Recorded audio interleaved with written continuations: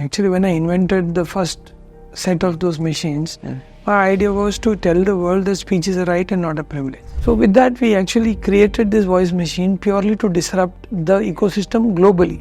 So why did you price it at less than $1? There were only 2 voice machines in the world, one from Europe, one from US, both outside the range of the cost of a common man. You spoke about affordability. I remember this patient who came to me from Durgapur. He did not have money even at the reception counter to pay OPD. उस doctor को मिलने आया जो सिर्फ 50 रुपए में हमको आवाज दे दे. Taken aback for a second and he came and hugged me.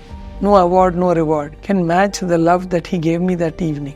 It is not about doing too many things together half. Doing that one single thing in such depth gives you a completion that you don't have to repeat it again. Look at my life in a summary and a nutshell. I've only done cancer. Is this a pride in any way? You're standing on an international platform to say that we do have the highest number of cancers. Is that something that is proud?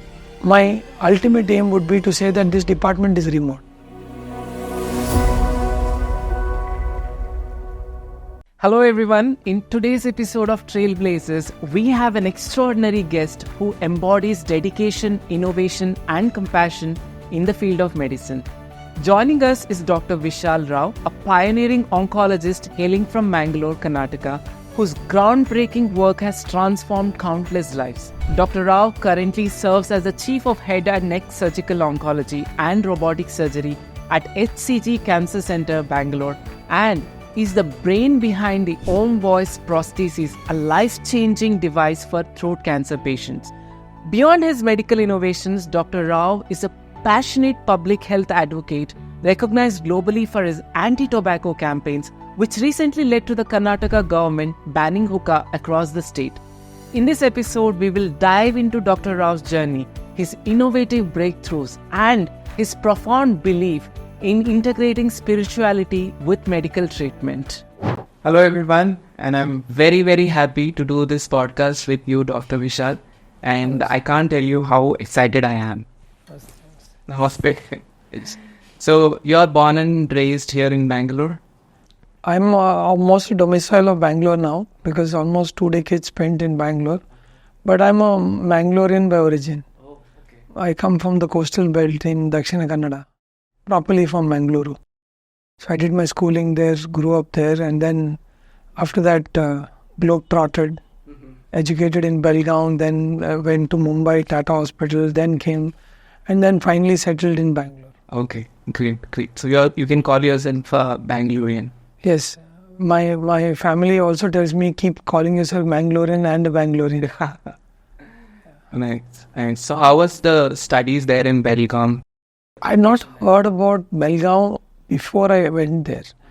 I was fixated on getting my merit seat in my hometown. And Manipal, the KMC college was very well known, and I was very confident to get my grades through it.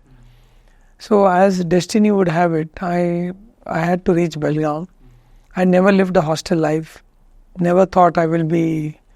And it was complete North Karnataka, different culture, absolutely disconnected from the Tulu land of Mangaluru.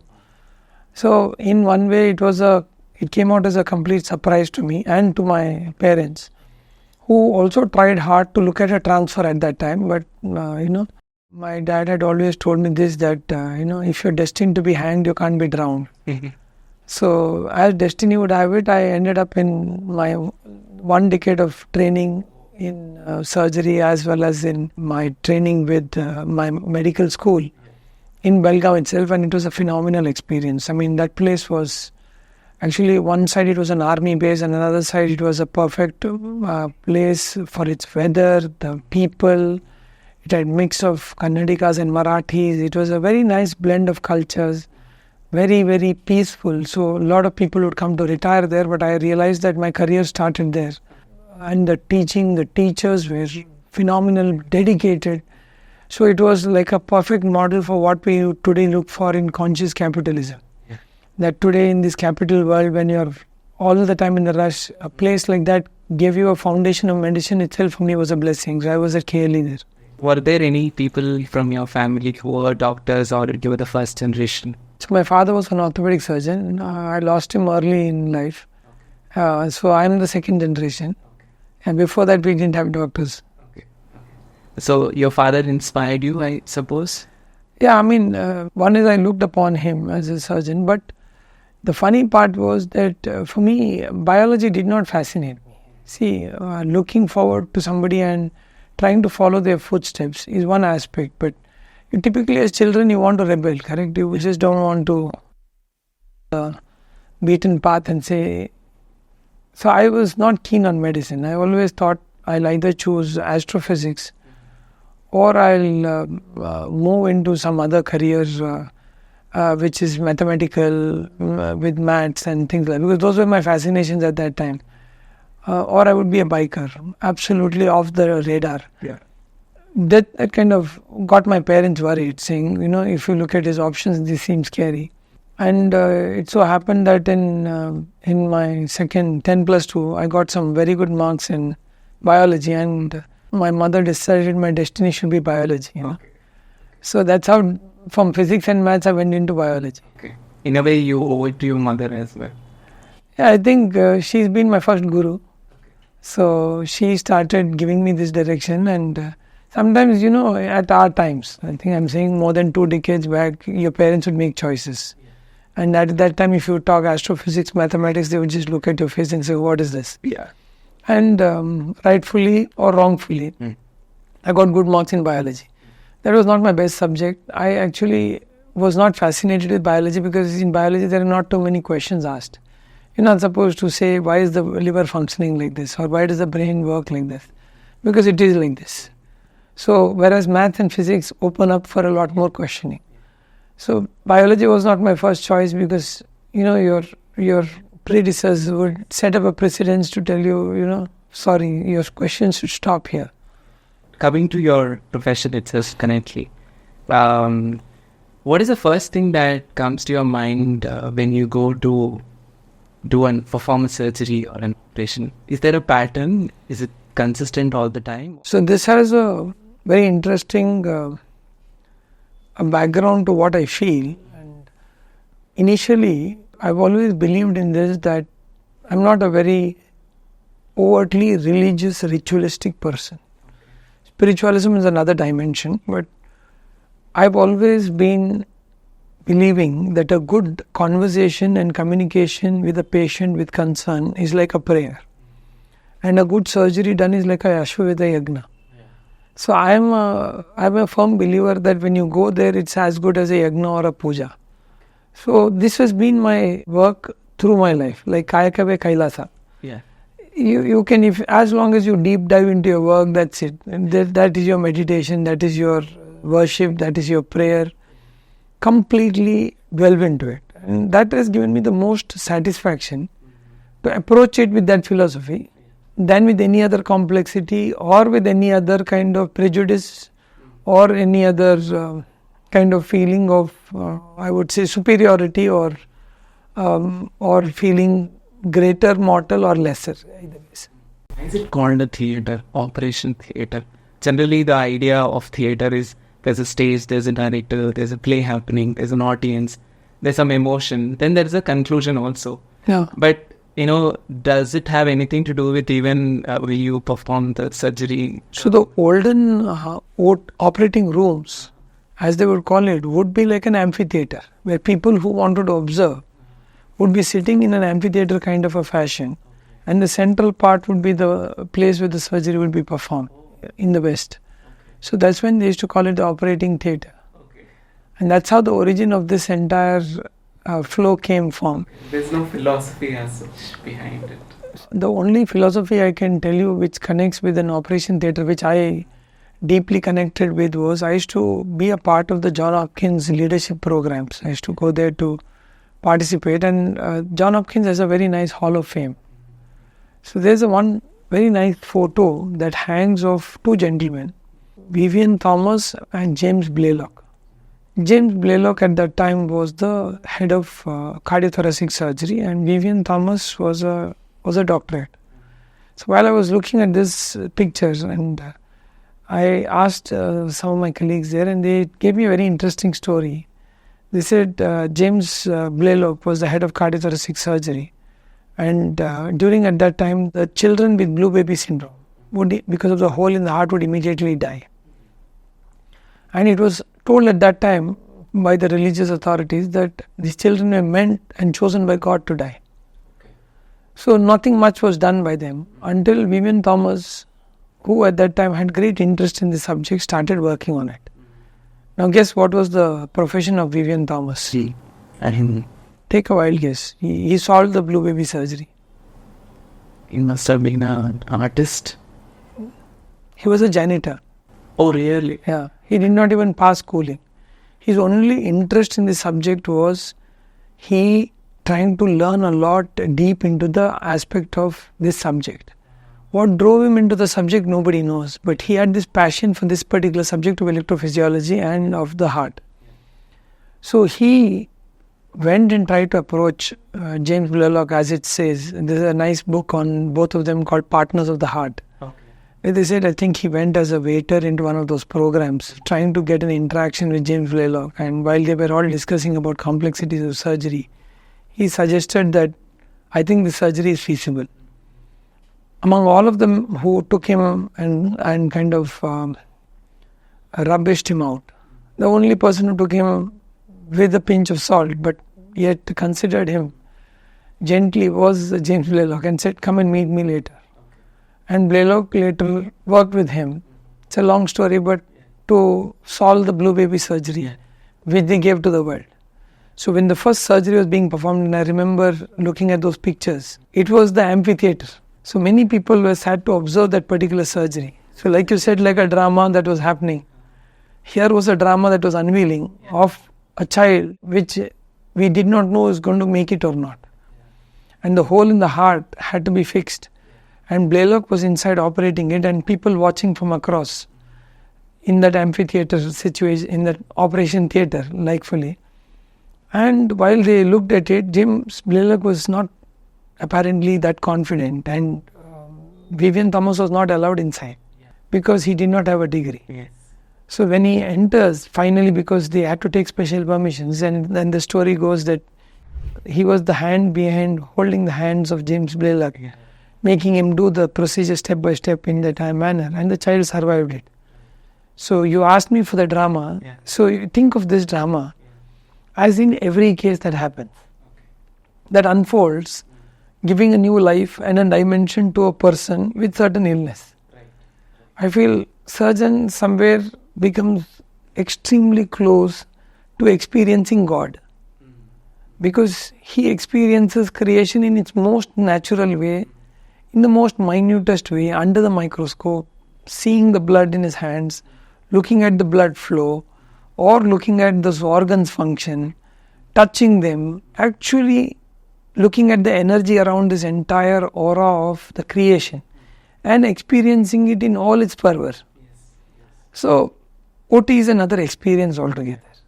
And I believe it's a gift to be a surgeon and a blessing also, because you come close to the Creator in its original nature, to see Him as He would have done something in its original form. Complex to understand it, but definitely get a glimpse of that entire energy to experience it. Even listening itself to this, what you're saying, it's such a humbling experience that I'm having. So I think it's quite fascinating. The profession itself is fascinating. Do you enjoy it every day with all of the...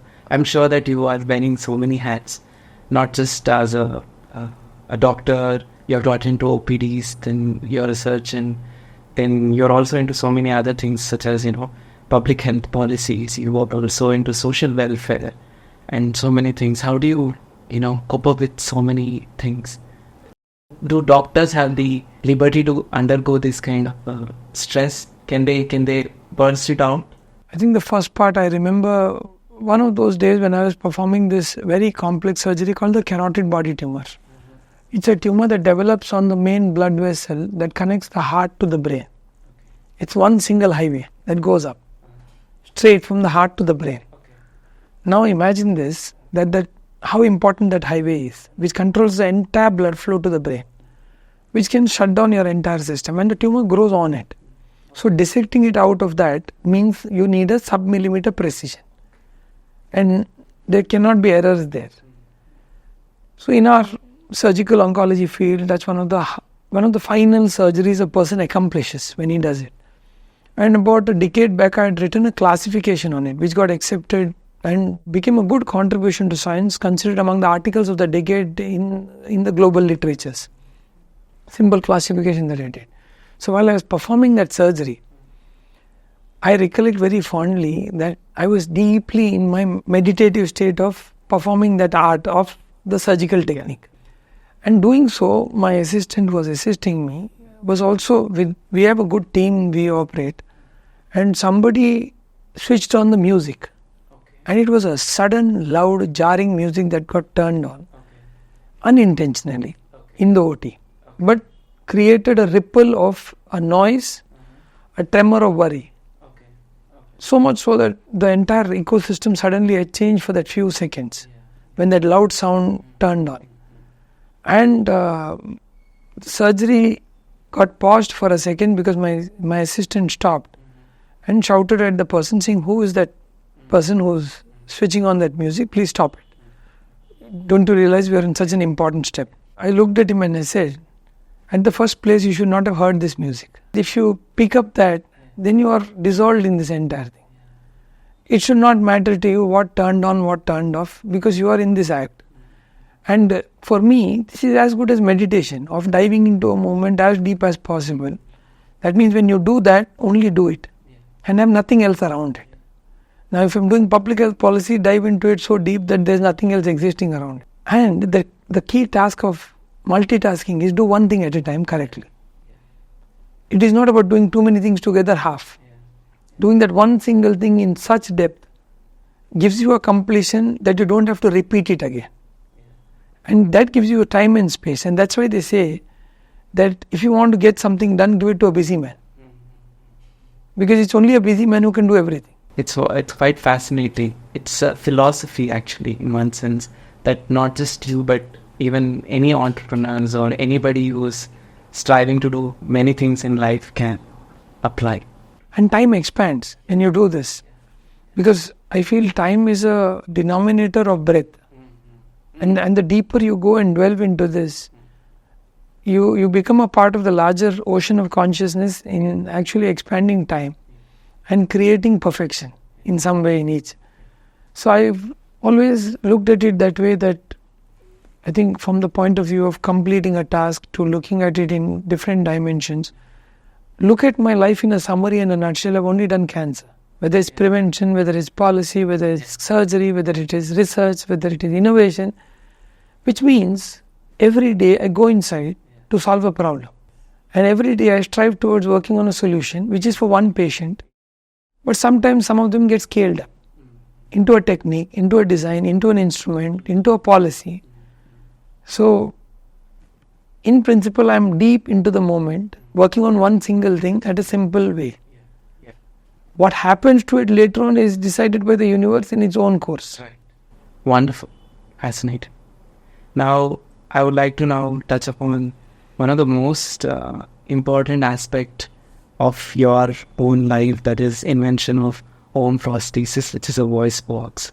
I'm sure that you have spoken at different venues, but then I would like our viewers to hear it directly from you. I'll start with what His Holiness told me, something very beautifully. He said, an idea comes to you, not from you. You are not the originator of the idea. Oh, yeah. So which means we are sitting, both of us are going to be reached out by many ideas. Question is, who's going to be receptive? You got receptive to a podcast, I got receptive to a prosthesis. Okay. But they were reaching both of us at the same time. You received the podcast idea, I received the voice idea. So an idea comes to you, not from you. And that way you take away the ego of becoming the creator of this idea. You become the observer of the idea, the implementer of the idea. Yeah. And so came the voice. So it came from a patient who's a security guard, a person who couldn't speak after he had lost his voice. So he lost his job. He came and asked me, how do you get my job back? And that's when my partner Shashank, who was the silicon expert, came with me and said, let's do something together on this. We had a simple philosophy. We wanted to make it affordable, affable and accessible. Yeah. And that started with this idea of saying that there were only 2 voice machines in the world, one from Europe, one from US, both outside the range of the cost of a common man, 45,000 rupees. And we wanted to give one patient a voice. Our question was not to look at some stand. During that time of 2013 and all, nobody even thought of startups, innovations, medical, far away. Yeah. So we started on a very vague note, trying to give voices to a few people. And our idea was we wanted to differentiate charity from sacrifice. And I've always believed that charity goes with the camera. So it's for Facebook and Insta. Whereas sacrifice takes a piece of you. Yeah. So the question was, if you want to give a piece of yourself to a cause, it should have a pain in it, correct? Yes. Otherwise it is not. I often say this, like if you find a beggar in a signal, you look at him and before giving him that 5 rupees or 1 rupee, you look at him, scan him and then say he's got hands and legs, why is he begging? Why do you think these people do this? Can't they have a job? Things like that, which I hear. Unless you don't feel the pain, you don't want to contribute or sacrifice. Agree. So when they say this, but I'm talking on a different philosophical note. Yeah. So we think, correct? And we give that money thinking about after an analysis. Now imagine if you were to give him 100 rupees instead of 5. You would want his biodata. Yeah. Because it would pain you to give 100 rupees. Yeah. Now I'm saying, imagine the pain that you experience when giving. Yeah. We are the only species who receive more than we give. Yeah. Now while giving, if you do not experience the pain, it is not sacrifice. And this is the Indian philosophical part to charity. Yeah. That if you do not experience that pain, it is not true charity. Yeah. And that charity becomes sacrifice when pain is added to it, without a camera. Right. So there are great souls in this world whom I have met, who have done that in that beautiful way, which has touched you in inspiring ways. So idea that came to us at that point was that can we do something for these patients? And another thing that came to us at that point was that we always believed that an idea should be impacting one individual. Then it has a soul to it. The problem has a soul to it. Right? That's what I keep telling innovators. That look, don't invent for markets, invent for an individual. Then it has a soul to it. It may then expand to masses and masses can become markets. But if you do not have a single soul to the problem, you know today a lot of companies under pressure to say that they should invent for markets. Which I believe is counterintuitive because you don't have a soul to the problem, and which is why so many patents are lying down waste without any kind of use because they have not found the soul to the problem. Right. So, I believe today the biggest threat we have to the world is educated people who are having solutions with no problems. So, Aum came out of the idea of a simple philosophy saying speech is everybody's right and not a privilege. And I thought to myself that when God created both of us, He did not say that the man with the coat will get a voice, the man who's with a t-shirt or a shirt will not get a voice because there is a discrimination. He gifted voice to everybody. Whereas when the markets evolved, they said, no, only if you afford so many thousands, you will get a voice.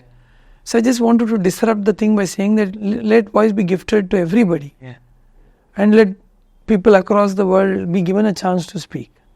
So you have said, right, speech is not a privilege. It's a basic human right. And with that entire thing, it's a basic tenet to sustain life force and a right to peace, justice, dignity and life itself. So with that, we actually created this voice machine purely to disrupt the ecosystem globally. And today it has the third, it holds among the third world patent. It was recently showcased in Davos in the World Economic Forum. And I think continues to be an inspiration to people to say how a small group of individuals with good intentions attempted to change the world. That's absolutely fascinating. And why is this word Aum? So it was Indian. It was the first thing that the patient spoke because he said Om Manjunatha when I fitted the voice box to him. And for me, it was something that came out of silence. And Om is considered to have 4 syllables. Is A, U and and the 4th syllable is silence. So something that came out of silence after a long period of time, I thought should be given the word of Aum. And that's how I just put Aum into the nomenclature of that product to define it with the purpose with which it was created for. You spoke about affordability. So why did you, price it at less than $1, which is just 50 rupees? Was there a statement that you wanted to make with that? Again, connecting back to the philosophy. Actually, when I invented the first set of those machines, my idea was to tell the world that speech is a right and not a privilege. And connecting it with a disruption of simplicity, to say that everybody should be able to speak. Now, little did I know at that time that what I did for one patient, which I wanted to give it to a few more patients, will be needed for 150 countries. Now, that became the next predicament for me. Saying, how are you going to scale it up? And that's when Government of India stepped in and put a structure, a plan to it, because what I had as an idea from a proof of concept to then looking at scaling it up to TRL 9, 10, needed a structure, a base, funding, a factory. So what with the support of both the state and the union government, we were able to pull off was not just make in India but create in India. This was not about importing from China and assembling in India. This was about putting all your heart and blood into, heart and soul into, and sweat and blood into making something here and creating it here. And that's what we did. So what started off as a voice machine became a factory for innovations for several hundreds of innovators across the world to come and take shelter to. For idea to proof of concept, to understanding molding, to looking at medical and surgical instruments, to looking at plastic, silicon, to looking at all of this, which is what I had not planned it for. I believe this was actually assembled at one of the local Pina factory. I mean, that's something very... And that stands tall today as an inspiration for me every time I walk in there to see that what happened, what started as what we call as an impossible task. Saying that it's not feasible at all, it's not logical at all. And we thought of trying to make one product, and here we are now with a pipeline of innovations, inventions, various aspects of them, which is not only going to cater to us, but also going to cater to the world. Right. And that gives me a lot of courage to say that the power of an idea comes from its intentions. Exactly.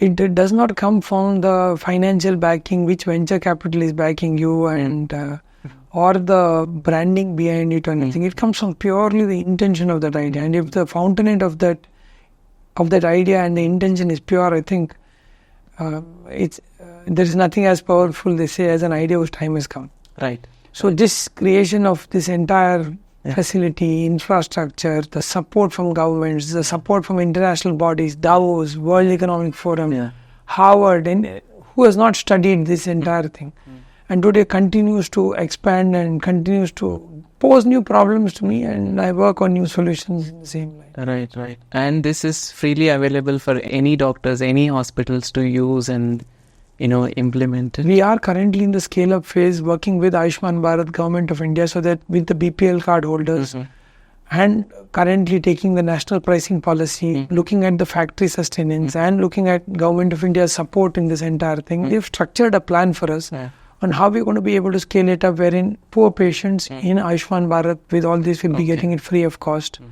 There is a differential model that they've created for people who can afford it, so that they'll be able to create the basic funding model to sustain the machinery, the raw materials and other things, because the scaling up now requires it to go to about 150 countries. Right.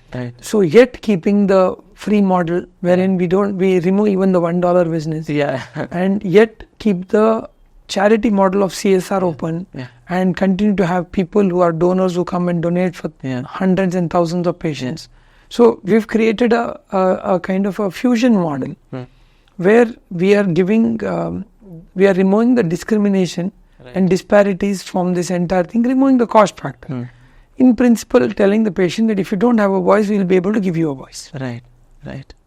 So, was there any a patient's interaction that you can recall which has moved you, or you can think of? I'm sure every patient, it's a unique story, but if you would like to elaborate on any one of them. Actually, we've crossed thousands of patients whose voices have touched. Every one of them tells us a story. Every one of them has a story. We have patients who have not spoken for like 8-9 years who are speaking, as long as 14 years who are not speaking. The one spontaneously, when I recollect one such instance, I remember this patient who came to me from Durgapur. Okay. From West Bengal. Yeah. It was late in the evening. He was waiting there in the OPD, and I did not know Bengali. I had a colleague who knew it, so I asked my colleague to go and fit the machine and come. And the patient was waiting, so my colleague was well versed with fitting up the machine. So they went in and they fit the machine to the patient. The patient spoke, and they came back and told me he's speaking very well. Now, he had come to me with a band tied on his head. He had not eaten for nearly a month correctly, and he did not afford the Western machines, and he's got all the food and saliva oozing out of here. So he was pretty much in an agonizing state and very uncomfortable, kept cleaning his leaking throat because he couldn't fit the machine, he couldn't buy the machine. And when I heard from my colleague that he's done and they've told him to go back, I said, very nice, I said, good. I had not met the patient after that, and I had just examined him and I had given directions. Later on, when I completed the OPD and I walked out, I saw the OPD entire hall was empty and there was only one patient waiting. So this patient was this gentleman, and he came running towards me, you see. And the way in which he moved towards me kind of took me back 2 steps, because of late we are more fearing doctors' attacks with this kind of stories. So I was taken aback for a second, and he came and hugged me, touched my feet, and with a lot of loving note told me, Doctor Saab, हम तो सोचा था कि पहले पर्ची निकलेगा, फिर OPD बनेगा, फिर एडमिट होगा, फिर कल प्रोसीजर होगा, उसके बाद पता नहीं होगा कि नहीं होगा. आपने तो, because he did not have money even at the reception counter to pay OPD. So he said, हम तो सोचा कि अभी क्या करेगा, हमारे पास तो उसके लिए नहीं है. And when the OPD, they said, I work for a private hospital, so they told the consultation fees are so much. He said, हम तो उस डॉक्टर को मिलने आया है जो सिर्फ 50 रुपए में हमको आवाज दे दे. And so they very gracefully sent him to me, said, sir, he's not even having the money to pay the outpatient clinic. And we fit him a machine and send him back. And for me, when I look into the depths of his emotion, I think no award, no reward can match the love that he gave me that evening. To thank me for that small gesture of the hard work that I put into creating that voice machine. So I don't know thousands of people who speak today in their own, some of them who have started singing, and some of them who pray and tell me that today when we sit and we pray for you, it is, I feel, gives us more energy and resilience to face the world in a better way. Doctors are viewed as extensions of God, or but at the same time, there is also a kind of air around common public that hospitals are meant to looters and things like that. It's a very psychological thing. So how do you doctors or people who are running the hospitals view that phenomena? So you said the first part is that we feel like demigods. Yeah. This is Vaidyo Narayano Hari. Yes, according to our Indian culture. I was old. The first thing I'll like to recapitulate what I started when I started speaking. Using a good communication done with the patient is a good prayer. Yes. And a good work done. Yeah. A surgery could be like a yagna. Yes. I had a very interesting sage who once came to meet me in the OPD. Okay. Who told me a very beautiful thing. He said, Vishal, in Kannada, he said, Idu ninige shakti baratala kayali hastaguna. The healing powers that they talk about in the hands of doctors and Vaidyas, which is why they were called Narayano Hari. Yes. That he has the power to heal. Yes. It comes from that particular power. Yes. Healing hands power. Yes. That does not come from your talent and your knowledge. Yeah. It comes on the blessings and prayers of those patients who get cured. Yes. Because you have used your knowledge and Saraswati for treating and healing somebody. Yeah, that's a yajna. So this in a very simple language he told me, he said, so this particular hands, which you call as the hastaguna or the healing hands, does not come from your own power or knowledge or your ego or your experience. It comes from the humility to understand the divine energy and the prayers that come from several. Yes. So he gave me a very simple formula. He said, every time you are in the ICU or even with people who are dying, touch. Because you don't know where this divine providence is going to work. But I can assure you, it is not only for you. You can't touch yourself and then wish to get some materialistic pleasures out of this. Right. Or things out of it. Right. It will be for others. Right. So using that, I made that as a habit that I would touch everybody. Even if it is an incurable patient, dying patient, terminally ill patient. And the one thing that I learnt, again, which Radhanath Swami showed me very nicely was, I remember when I met him once in Mumbai, he gifted me his book, The Journey Home. Yeah. I touched his feet, he touched my feet. And we both smiled at each other and did namaskar to each other. And on a lighter note, I thought to myself, I today tell my patient when he says that, sir, you are God to me, I said, you are also God to me. Because I said, look, there is no higher and lower pedestal here. Because I don't do any puja or yagna. For me, if I do my job correctly for you, for me, I don't see God anywhere. The only way I see God is when you walk into this OPD and when I see you inside that OT table. Other than this, I don't know where God is. So please do not put me in a higher pedestal.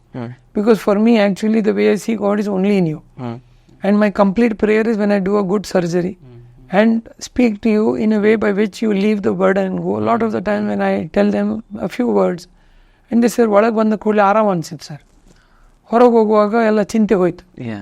That means when I entered, I felt calm. When I'm leaving, I feel as though the cancer is gone. That is a great service. Yes. Now, I served God. Yes. And I always believe someday God will come to visit in more ways. Yeah. If we want to look at Him. So I want to close that discussion by saying that I think today doctor should not think that he's God. Never think he's God. In fact, he should think patient is God. If patient thinks he is God, that is a great respect given to him. Yeah. Please return it by saying that I am not God, even you are God. Yeah. And in doing so, one God can serve another God. Yeah. But not with any kind of superiority or inferiority. Yeah. Unfortunately, today, like you said, that we have become vulnerable somewhere. Yeah. I blame it on 3 C's. Okay. There is lack of communication. Okay. There is lack of concern at certain places.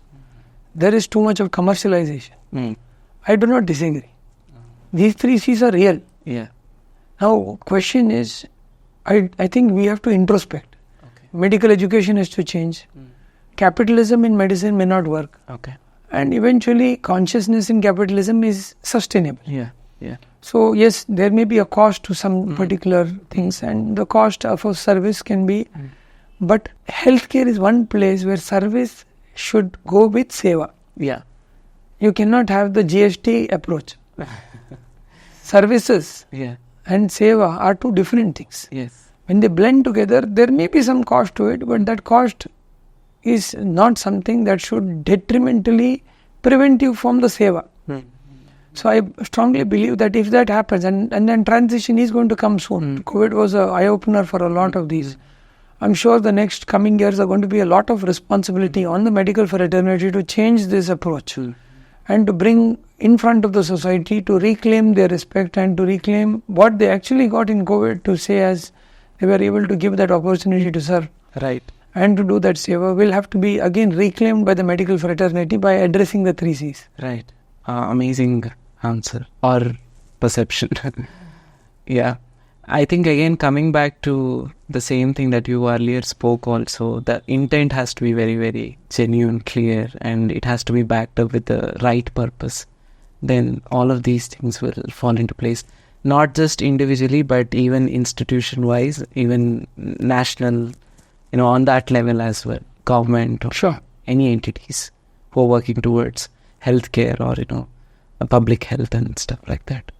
It's shockingly alarming to see that, Karnataka has around 29% people using tobacco in one form or the other. Like it could be cigarettes or it could be Hookah or pan or any of these kinds. And the median age is 19. And that's even more alarming. So so where are we headed? I represent a department, head and neck surgical oncology, which is 95% caused by tobacco. And when I took blessings from my guru to start my practice, he asked me, can you reduce one hospital? My ultimate aim would be to say that this department is remote. This department doesn't exist, and half of Jaideva and Kidwai get empty. That can be done through one simple act, reducing this. Okay. Eliminating it completely. Because today, this contributes to more than 60% of our cancers, and in my field of head and neck specifically, it contributes to 90% of our cancers. It is a shame, not a pride, to say that I removed so many jaws in a day, or tongues in a day, or throat in a day. Yeah. Like today morning, I had to remove a person's tongue who is a chronic user of tobacco. Is this a pride in any way? Not an achievement. You're standing on an international platform to say that we do have the highest number of cancers. Is that something that is proud? So somewhere I believe that the answer for the future of health and health span, not lifespan, will be prevention, not doing more of this. And that will start with habits, that will start with reducing and preventing illnesses, not with increasing the number of hospitals. It is not a proud feeling for us today to have 4 hospitals in one lane. I think the ultimate goal of health will be to say that we reduce the number of hospitals, reduce the number of doctors, reduce the number of illnesses, and work towards a preventive goal, and in which people like me become jobless, we'll have less work, we'll have no voice boxes to invent. We'll be in a much better world, and that should be the ultimate aim of prevention. Yeah, that's a larger picture that you're foreseeing. So do you really think that, we can do this the way things are progressing? Do you think the policies implemented by the government will really have an effect to this? Because people are rebellious in nature. They will find various means and other ways. Some time back, we were a few weeks back, we were in one of the UN meetings on non-communicable diseases with the WHO and other international bodies. That was conducted in Cape Town. One of the meetings we had was in the Robben Island inside Nelson Mandela's jail. Okay. And 27 years of his life he spent in jail. Right. And a very beautiful thing that I saw written there was, it all seems impossible until it's done. So we were not sitting in some 5-star hotel sitting and discussing some great things of transformation. They took us to the Lime Rock quarry where he was mining the rock, and he was a Class D prisoner, which means he's so inspiring that if you make him interact with a few of them, they'll get inspired and it could cause a revolution. Right. So he was in isolation, and he would be mining the rock, the lime rock there in the barren terrestrial lands. And they said years later the roads were built out to those lime quarries. Okay. So he built his own roads. Yes. So my point is, I think each one will have to build his journey. What seems impossible now will eventually be something feasible, provided that you fuse it with the right intentions and work towards it. Nelson Mandela became my answer for the question that I was asking myself, and you asked me today. So I would say that it all seems impossible until it's done. Until it's done. Yes. And I wish you all the best, and then thank you. I would also love to be a part of that journey as you tread along that path. Thank you. So, and I have also seen in many of your YouTube videos or any of the articles, you've been very vocal about it, and do you think that the younger generation are receptive to hear such messages? Because they're always, the young minds, the way I think you also know it very better, that they want to explore new things. They're not satisfied with one thing. And then how do you think, the younger generation will get this message? And in what ways, that we can make this happen? So I think the coming eras, I often say that AD and BC. BC is before COVID and AD is after disease. COVID was a watershed line for us to rethink on health and prioritize health with infrastructure and defense. So today when I look at youngsters and I say that they have access to knowledge, they have access to several things, but somehow they do not have access to adversity. Okay. Adversity is missing today. And adversity helps you release endorphins, oxytocin, adrenaline. transforms your personality. Yes. Which is what the previous generation was given. Yeah. So this generation will also have to be shown a little bit of adversity. Yes. And that will help them transform themselves into better beings. Yeah. What I see today is tremendous energy. Yeah. But no direction. Yeah. At many places. Yes. And that I don't blame them. I blame us. It is the next generation that will have to entrust this work on themselves to ensure that they are given direction. Otherwise, we will be having education which will have knowledge, and that knowledge will not have service. It is extremely vital that the education that we receive will have the knowledge that we are going to use to serve the society, not to create problems for it. Yeah. And not to create solutions that don't have problems. Yeah. Because that's what is going to happen, that they're going to have tremendous energy without direction, and that is going to lead to frustration, and that's going to lead to increase in crime and addictions. Yeah. So the only way we prevent it is by infusing ambition with purpose. Yes. Infusing passion with compassion. And bringing in the concept of conscious capitalism. If you are able to pull this, and this is the responsibility of me and you, and not somebody else in the government sitting there, of an education minister or somebody in the... This is purely going to belong to us. Yeah. How are we going to take this up to transform the society in terms of education, which is going to be a value-based education? Yeah. When this happens, I'm sure these people are going to outbeat us in a much smarter way. And I'm already seeing some of them driven in that particular manner. And that purpose will need to be infused into them in this particular manner that will prevent them from going into addiction, because that addiction is going to be in search of purpose. Yeah. Because they don't know what to do with that direction. So they're going to go search for certain amount of high because they don't know what to do with it. Right. Right. Absolutely. Absolutely. Now, recently we had this hookah bus or hookah ban in the Karnataka state. So you were also actively been a part of that campaign. Would you like to talk about it? I think the fundamental thing it was that hookah itself was illegal in its all dimensions, and I give the complete credit to the state government of Karnataka and the health minister and the youth minister, who actually thought of this entire thing during the day of International Drug Awareness and Drug Abuse Week, when they actually thought that they should do something about this. And parent-teacher association that reached out to the government saying that their children were spending more time in hookah bars, which was just above their tuition classes, to that rampant extent, and that was driving them towards various other addictions, and 90% of the drug addicts begin with tobacco and other forms. So state government taking that stand, and we as experts, subject experts or something, could play a limited role in what a political decision could be, or the larger state's interest, when both opposition parties as well as the ruling parties come together for a larger goal. Yeah. Is when I saw a transformative change happening, where actually, it was very obvious that it was not political, it was about the larger good of the society. Yes, yes. You are a spiritual person, that I can really get those vibrations from you. So, science and spirituality has to coexist. You cannot separate them. So, I want your thoughts on that subject. Because, always, a scientist always finds a reason or, for anything that is happening, whether it is animated or inanimate or whatever happening in the world or nature.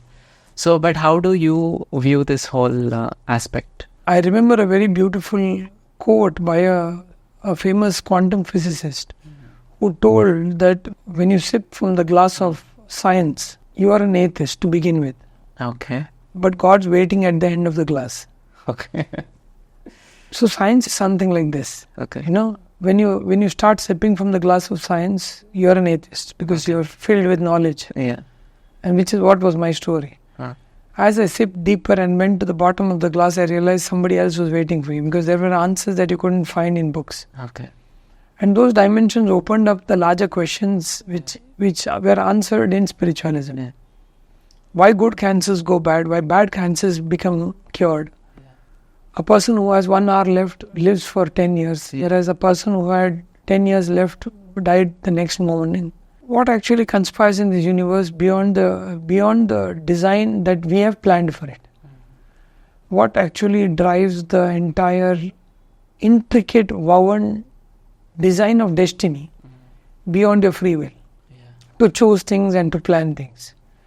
It's something that often was a debate in my mind, and I opened it with spiritualism, and I enjoyed it, debating on it, questioning myself. I believe an atheist is not a man who does not believe in God. I said an atheist is a person who does not listen to his inner voice. Yeah. In a way, I think I'm a theist because I now only listen to my inner voice. Not religion, not spiritualism. These are confusing words with bad translations. That's wonderfully put. I think that inquisitiveness must be there in every human being. I think that's the first Veda mantra. Athato Brahma Jignasa. You need to ask. You need to be always inquisitive. Are you inquisitive every day, every moment? Yeah, I think I've changed that approach to a great extent. That through these years of innovations, inventions, learning, interacting with the greater souls, more learned people, found that the answer appears when the question is ready. It's like we say that the master appears when the disciple is ready. So my inquisitiveness continues to refine the question until I know that the answer will appear in front of me. So yes, it's a journey because inquisitiveness comes from an unsolved problem. And the zeal and the interest and the intent to solve it, to help somebody else. Right. And in doing so, I feel that energies of the universe start to work with each other to help you in strange, unknown ways of the design that is beyond your comprehension. Yeah. Like I say that because I have the map doesn't mean I know the journey. Yeah. Yeah. The journey is too confusing. Yes. But inquisitiveness is the map. Yeah. That begins your journey. That begins the journey. Yes. Beautiful. So I read an article which was written by you on theology. That's a subject, and it sounded very fascinating, where you are trying to heal the patient by understanding their, spiritual beliefs or, belief system itself. And I want you to elaborate on that, but I also feel it's extremely, strenuous process, I believe. I don't know if you can elaborate on that. Because each patient is very different, comes with, so many permutation combinations. Sure. And I think stress comes from the fact that if you take stress, surely you will be stressed. But I always say that, stress is a great healer. It sounds paradoxical. Yeah. Because, there's something called eustress. Okay. Eustress is good stress. That means in that you optimize your work and you're actually productive to the world. And because of that, your healing factors and the good hormones are released. I strongly believe that eustress is what we should live with. And stress is not bad at all, because stress is one of the most misused words in today's world. So every time I am looking at it, I look at positive hopes, look at how I'm going to help him walk this journey. And in doing so, one of my questions was, what is God doing? And that's when I actually started working on oncotheology. So it had 3 parts to it. The 21-gram questionnaire, the vibro-oncology and the astro-oncology. All 3 had certain dimensions, but I think the most relevant for me was 21-gram questionnaire, because it started with a question of Duncan McDougall from the Massachusetts General Hospital, who wanted to first study the weight of a soul. And by keeping people who are dying on sensitive weighing scales, he came to a very funny conclusion that the soul weighed 21 grams. Because he said when the soul leaves the body, there is a change in weight. So funnily, I called my questionnaire a 21-gram questionnaire, in which I wanted to understand patients and their outlooks to life and what happens. Funnily, I came up with a conclusion that I saw that there is something called as a power to negative thinking. Okay. Everybody says there is a power to positive thinking, which I also believe. Yeah. But I saw a set of patients who were quite negative thinkers and were doing extremely well. So I wondered, what is God doing with them? As I studied them deeper, I found that these were the patients who were perpetually unhappy. All the time there is some problem going on in their life. They're not happy with the surgery, with life, with this. With cure also they're not happy. There is a problem with their eating, with their taste, with everything seems to be negative for them. But when I deeper interacted with them, I realized these are the patients who had the least expectation from life and the highest acceptance. So that was the formula I got out of 21-gram questionnaire, that a person, and this is a good formula for life also. And the greater the acceptance and the higher the acceptance and lower the expectation, you will be more at peace with the world. Okay. today's world is filled with people with very high expectations and no acceptance of the current situation. And that is why unhappiness is increased. So 21-gram questionnaire gave me an answer not only to oncology but to a larger aspect of the world. And of course with vibrational healing and Reiki healing, Phyllis Crystal, we wanted to explore the questions on oncology and vibrations. With astrology, we want to look at prediction of cancers and astrology. So we had a list of things that we actually started working on with this. What does your typical day looks like? We start, every day we have surgeries. Every day we have our outpatient clinics. And in between, if there is spare time, we spend time a little bit looking at research and academics. And through the day, innovations keep happening through the day. So I think it's a connected ecosystem for us. It's a day-to-day kind of routine, but exciting because every moment is unpredictable. Every moment that is following it could be more exciting. Challenging sometimes testing. So I think a routine day is filled with a lot of responsibilities, a lot of joy, and a lot of new challenges and opportunities. When you're in the surgery, so this question just popped in my mind. When you're actually doing the surgery, do you have to fight with something? Is it like you're battling with something? No, I always felt, see, if you look at synchrony, the word fight, the word killing, even I have tried to reduce it in cancer and talk about healing. Like I always on a lighter note tell my colleagues, just yesterday we had some complicated surgery and they said the tumor is not coming out. It seems stuck to one place, and they called me in and I opened up and I continued to dissect. It came out very nicely, and then after that I was talking to my colleagues and they said it came out so neatly. And I said yes. I said I was requesting it all the time to be nice to me. My point was there has to be some amount of peace and harmony and love. The arrogance of a surgeon is always let him down. You are dealing with the most powerful forces of the universe. And those cells that are ill-disciplined, they need tremendous amount of love to counter them. You cannot fight them out. Even Lord Buddha during his time had acknowledged that he can't win argumentarians. So I think the point is to look at how to be in sync with your cells, how to communicate with them, and how could they communicate with you. And it's not that success is guaranteed every time. But you have to make your best, and the way to do it is through synchronicity. When you are in alignment with the vibrations and frequency of the universe and you are wanting to communicate with these cells. So I had some time back written this op-ed on something called tumor egos. And the tumors have their own ego. So deal with them politely.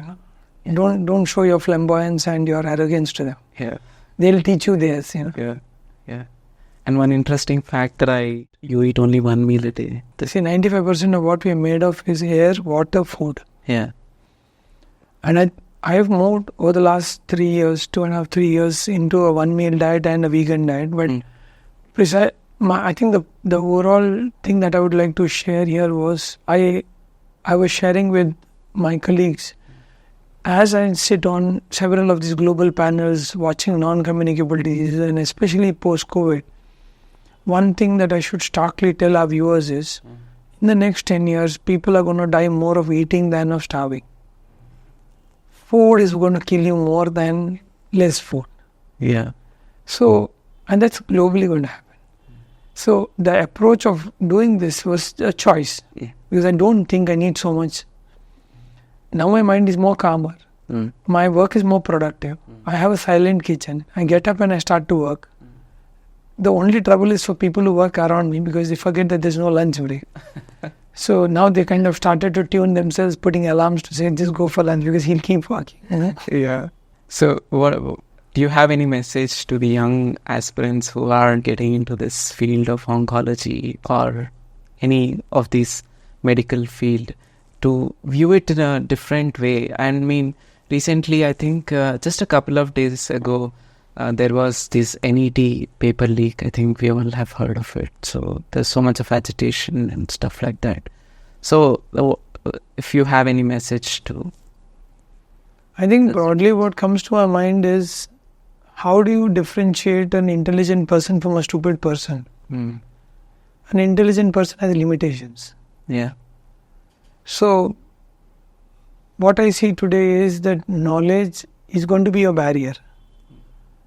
And the next generation is going to be about more of looking at intelligent quotient with emotional quotient and a spiritual quotient balanced.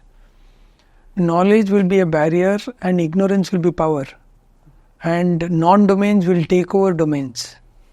Because the domains have been saturated by redundant thinking. For the next generations, they'll have to open up into a new era, which is going to be more disruptive, beyond the presumptions and assumptions and mistakes that this era has done. You'll have to open up and actually rethink and reimagine on where did the current generations go wrong. And I think that's what I would like to leave the younger generations thinking, that we trust in them. We believe they are capable of taking better decisions because of knowledge at hand, because of intelligence at hand, because of several privileges that they've got which we couldn't get at that time. How do you switch this game to benefit them? Absolutely. Is there anything from your side you want to tell? I have been only asking questions. No, I think you covered more than beyond. Thank you. Thank you so much. This was a wonderful eye-opening session. Namaste.